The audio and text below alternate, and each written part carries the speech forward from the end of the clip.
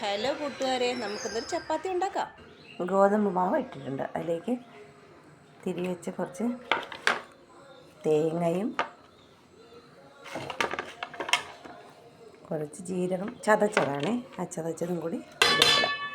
പിന്നെ ആവശ്യത്തിന് ഉപ്പും ചേർക്കാം. ഉപ്പും ചേർത്ത് വെള്ളമൊഴിച്ച് നമുക്കൊന്ന് കുഴച്ചെടുക്കാം. ഇതിലേക്ക് കുറച്ച് നമുക്ക് വെളിച്ചെണ്ണയും കൂടെ ഒഴിച്ചു കൊടുക്കാം. വെളിച്ചെണ്ണ ഒഴിച്ചു കൊടുക്കുമ്പോൾ നല്ല മയം കിട്ടും. ഞാൻ ഇങ്ങനെ എന്താ ഉണ്ടാക്കുന്നതെന്ന് ചോദിച്ചാൽ, എനിക്ക് സത്യത്തിൽ മറ്റേ സാധാ രീതിയിൽ ചപ്പാത്തി ഉണ്ടാക്കാൻ എനിക്കറിയില്ല. ഒന്നാമത്തെ കാര്യം പരുവും ശരിയാവത്തില്ല.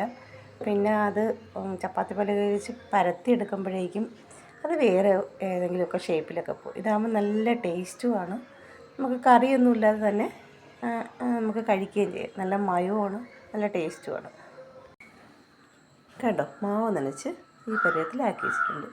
ഇതൊരല്പം വെള്ളം കൂടിപ്പോയാലും പ്രശ്നമൊന്നുമില്ല. നമ്മൾ പരത്തിയെടുക്കുമ്പോഴത്തേക്കിന് നമ്മൾ ഇലയിൽ വെച്ചാൽ പരത്തുന്നത്, അതുകൊണ്ട് അല്പം വെള്ളം കൂടിപ്പോയാലും പ്രശ്നമൊന്നുമില്ല. വെള്ളം അല്പത്തിൽ കൂടിയാലും ഇച്ചിരി മയം കൂടും, ഒരുപാട് കട്ടിയാകത്തൊന്നുമില്ല. നല്ല രീതിയിൽ നമുക്ക് പരത്തിയെടുക്കാം. ഇനി ഇതൊരു അല്പസമയം നമുക്ക് റെസ്റ്റ് ചെയ്യാൻ വയ്ക്കാം.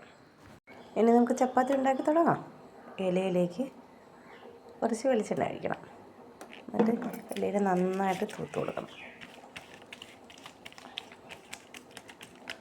എന്നിട്ട് നമുക്ക് ഇതിന് കുറച്ച് മാവെടുത്ത് ഉരുട്ടി വെച്ചേക്കുന്നിടത്ത് ഇതിലേക്ക് പരത്താം.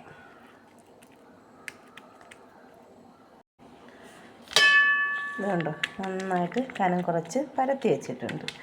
എണ്ണയൊക്കെ ഒഴിച്ച് കുഴച്ച് വെച്ച് കഴിയുന്നുണ്ട്. നല്ല മയമുണ്ട്. തൊടുമ്പോഴേക്കും നന്നായിട്ടങ്ങ് പരന്ന് വരും.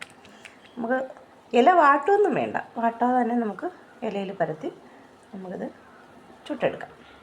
ഇനി നമുക്കിത് ചൂടായ പാനിലേക്കിട്ട് ഇങ്ങനെ കമിഴ്ത്തിട്ട് കൊടുക്കാം. അതൊന്ന് ചൂടായി വരുമ്പോഴത്തേക്കും നമുക്ക് ഇലയും ഇളക്കി മാറ്റിയെടുക്കാം. ഇത് കണ്ടോ, ഇല ഇങ്ങനെ അങ്ങ് ഇളവി വരും. എണ്ണമയം ഉള്ളതുകൊണ്ട് നന്നായിട്ട് ഇങ്ങനെ ഇളവി വരും. ഇങ്ങനെ ഉണ്ടാക്കുന്ന ചപ്പാത്തി എൻ്റെ അച്ഛന് ഭയങ്കര ഇഷ്ടമാണ്. അച്ഛന് കറിയൊന്നുമില്ലാതെ തന്നെ നന്നായിട്ട് കഴിക്കും. അച്ഛൻ ഇതിനെ പറയുന്നത് ഗോതമ്പ് ഉരട്ടി എന്നാണ്. ഞാനിതിന് ചപ്പാത്തിന്നോ ഉരട്ടിന്നോ എന്ത് വേണമെങ്കിലും പറയാം. ചപ്പാത്തി ആയാലും ഉരട്ടി ആയാലും കഴിക്കാൻ നല്ല ടേസ്റ്റാണ്. നന്നായി അപ്പുറം പൊരിച്ചെടുക്കാം. കണ്ടോ, വാഴയിലയിൽ പരത്തി ഉണ്ടാക്കിയ ചപ്പാത്തി. നിങ്ങളും ഇങ്ങനെ ഒന്ന് ഉണ്ടാക്കി നോക്കണേ. നിങ്ങൾക്കും നിങ്ങളുടെ കുട്ടികൾക്കൊക്കെ ഇഷ്ടമാവും. അപ്പോൾ ഓക്കെ, ബൈ.